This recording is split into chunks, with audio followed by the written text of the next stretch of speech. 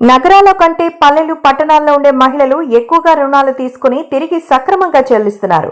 ఈ మాట కేంద్ర ప్రభుత్వమే చెప్తోంది. అందుకే వారిని పారిశ్రామికవేత్తలుగా ప్రోత్సహించడానికి మరిన్ని రుణాలు ఇచ్చేందుకు ప్లాన్ చేస్తున్నట్టుగా ప్రకటించింది. ఏ రాష్ట్రాల్లో ఎంతమంది మహిళలు ఆర్థికంగా అభివృద్ధి చెందుతున్నారో తెలుసుకుందాం రండి.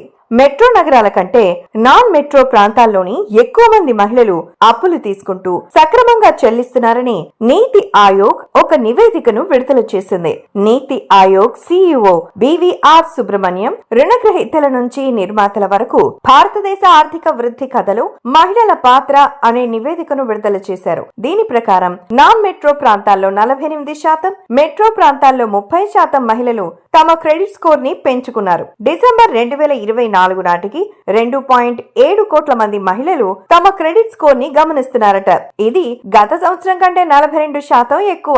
ఇది ఆర్థిక విషయాలపై పెరుగుతున్న అవగాహనను తెలియజేస్తోంది. ట్రాన్స్ యూనియన్ సిబిల్, నీతి ఆయోగ్, మహిళా పారిశ్రామికవేత్తల వేదిక, మైక్రోసేవ్ కన్సల్టింగ్ ఈ నివేదికను ప్రచురించాయి. మొత్తం సెల్ఫ్ మానిటరింగ్ బేస్ లో మహిళల వాటా డిసెంబర్ 2024లో 19.43% పెరిగిందని నివేదిక పేర్కొంటోంది. ఇది 2023లో 17.89% ఉంది. 2024లో మహారాష్ట్ర, తమిళనాడు, కర్ణాటక, ఉత్తరప్రదేశ్, తెలంగాణ రాష్ట్రాల్లో మొత్తం 49% మహిళలు తమ క్రెడిట్ స్కోర్ ని గమనించుకుంటూ అవసరాల మేరకు అప్పులు తీసుకుని తిరిగి సక్రమంగా చెల్లిస్తున్నారు. ఈ విషయంలో దక్షిణ భారతదేశం 1.2 కోట్లతో అగ్రస్థానంలో ఉంది. రాజస్థాన్, ఉత్తరప్రదేశ్, మధ్యప్రదేశ్ సహా ఉత్తర మధ్య రాష్ట్రాలు గత 5 ఏళ్లలో మహిళలు ఎక్కువగా రుణాలు తీసుకుంటూ ఆర్థికంగా అభివృద్ధి సాధిస్తున్నారని నివేదికలు చెప్తున్నాయి. 2019 నుండి వ్యాపార రుణాల మంజూరులో మహిళల వాటా 14% పెరిగింది. బంగారు రుణాలలో వారి వాటా 6% పెరిగింది. డిసెంబర్ 2024 నాటికి మహిళలు వ్యాపార రుణ గ్రహీతల్లో 35%గా ఉంటారు.